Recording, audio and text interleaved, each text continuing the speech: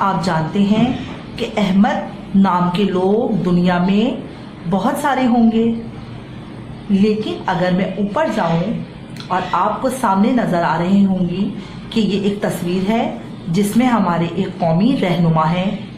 بچوں آپ پہچان سکتے ہیں یہ کون ہے؟ جی بچوں آپ نے صحیح پہچانا، یہ قائد اعظم محمد علی جناح ہیں۔ تو بچوں ان دو تصاویر کو دیکھتے ہوئے آپ نے اندازہ لگایا ہوگا کہ احمد نام کے آدمی تو دنیا میں بہت سارے ہوں گے، لیکن قائد اعظم دنیا میں ایک ہی ہیں۔ تو بچوں آپ ان دونوں تصاویر سے اس میں نکرہ اور اس میں معرفہ کے فرق کو اچھی طرح جان سکتے ہیں۔ یعنی وہ شخص جو خاص نام رکھتا ہوگا وہ اس میں معرفہ ہے، اور وہ انسان جو عام نام کا حامل ہوگا وہ اس میں نکرہ ہے۔ بچوں سامنے ہی آپ کو کچھ مخصوص عمارتوں کی تصویریں نظر آ رہی ہیں، جن میں قائد اعظم کی مزار، زیارت ریزیڈنسی، مسجد فیصل، خیبر پاس اور مینار پاکستان۔ بچوں جیسا کہ آپ یہ بھی جانتے ہیں کہ دنیا میں قائد اعظم کی جو مزار ہے وہ ایک ہی جگہ پائی جاتی ہے، یعنی پاکستان میں، اور دنیا کی کسی بھی خطے میں قائد اعظم کی مزار نہیں ہے۔ تو آپ نے اندازہ لگا لیا ہوگا کہ قائد اعظم کی جگہ ہمارے لیے ایک خاص جگہ یا خاص حیثیت کی حامل ہے۔ جبکہ بچوں یہاں سامنے آپ کو ایک گھر نظر آ رہا ہے۔ گھر تو دنیا میں بہت سارے لوگوں کے ہوتے ہیں، جیسا کہ میرا اور آپ کا گھر۔ تو بچوں ہم نے اس چیز سے اندازہ لگایا، ان دونوں تصاویر سے ہم نے یہ اندازہ لگایا کہ وہ گھر جو دنیا میں بہت سارے لوگوں کے پاس ہوتے ہیں وہ اس میں نکرہ میں شمار ہوں گے، اور وہ خاص جگہیں جو دنیا میں صرف ایک ہی جگہ پائی جاتی ہیں وہ اس میں معرفہ میں شمار ہوں گی۔ معرفہ، سب سے پہلے میں آپ کو اس میں معرفہ کا تعارف کرواتی چلوں۔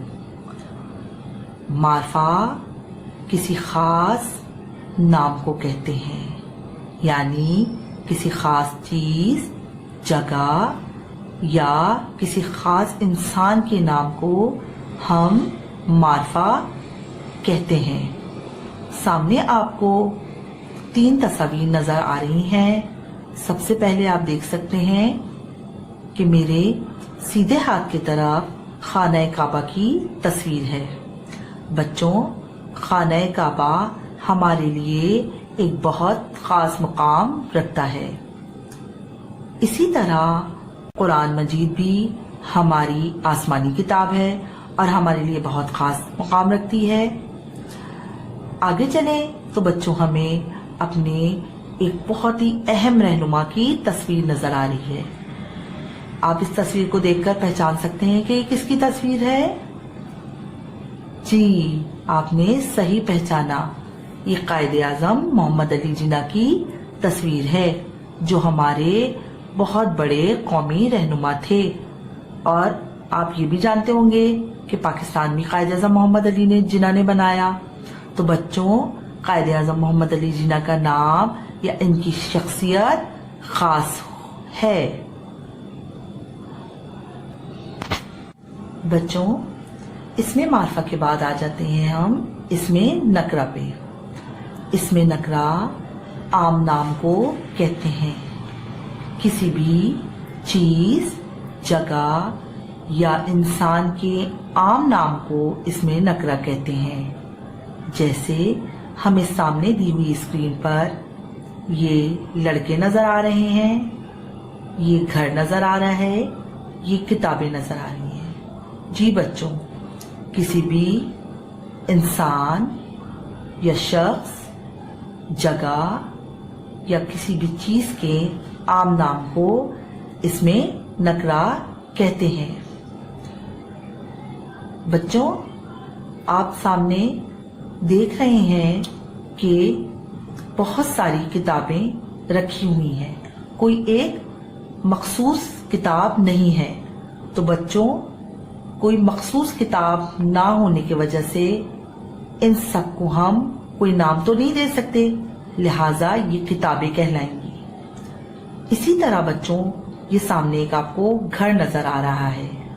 جیسا کہ اب بچوں آپ جانتے ہیں کہ یہ گھر جو نظر آ رہا ہے اسی طرح کے گھر بہت سارے لوگوں کے ہوتے ہیں، لہٰذا یہ گھر بھی ایک عام نام ہے۔ اسی طرح بچوں ہمیں سامنے یہ دو لڑکے نظر آ رہے ہیں، تو بچوں لڑکے بھی بہت سارے ہیں جو پوری دنیا میں ہی ہوتے ہیں، لہٰذا لڑکے کو بھی ہم اس میں نکرہ ہی کہیں گے۔ بچوں سامنے آپ کو اسکرین پر کچھ جملے نظر آ رہے ہیں۔ پیارے بچوں میں یہ جملے آپ کو پڑھ کر بتاؤں گی۔ آپ نے کرنا یہ ہے ان جملوں کو اپنی کاپی میں اتارنا ہے اور سامنے ہر جملے کے کالم بنانا ہے، یعنی معرفہ اور نکرہ کا۔ ان جملوں میں جو اسم معرفہ ہیں انہیں معرفہ کے کالم میں لکھنا ہے، اور جو اسم نکرہ ہیں اسے نکرہ کے کالم میں لکھنا ہے۔ چلیں بچوں میں ان جملوں کو پڑھتی ہوں اور آپ غور سے ان جملوں پر اپنا کنسنٹریٹ کیجیے گا۔ پہلا جملہ ہے علامہ اقبال ہمارے قومی شاعر ہیں۔ بچوں اس جملے میں آپ نے تلاش کرنا ہے کہ اس میں نکرہ اور معرفہ کون کون سے ہیں، اور آپ نے سامنے کالم بناتے ہوئے اسے الگ کرنا یا علیحدہ کر کے لکھنا ہے۔ لاہور ایک تاریخی شہر ہے، انجیل آسمانی کتاب ہے، افریقہ میں گھنے جنگلات ہیں، اسلم عقل مند لڑکا ہے، میرے اسکول کا نام دی میٹروپولیٹن اکیڈمی ہے، آم میرا پسندیدہ پھل ہے، میرے گھر کے باہر پیپل کا درخت ہے۔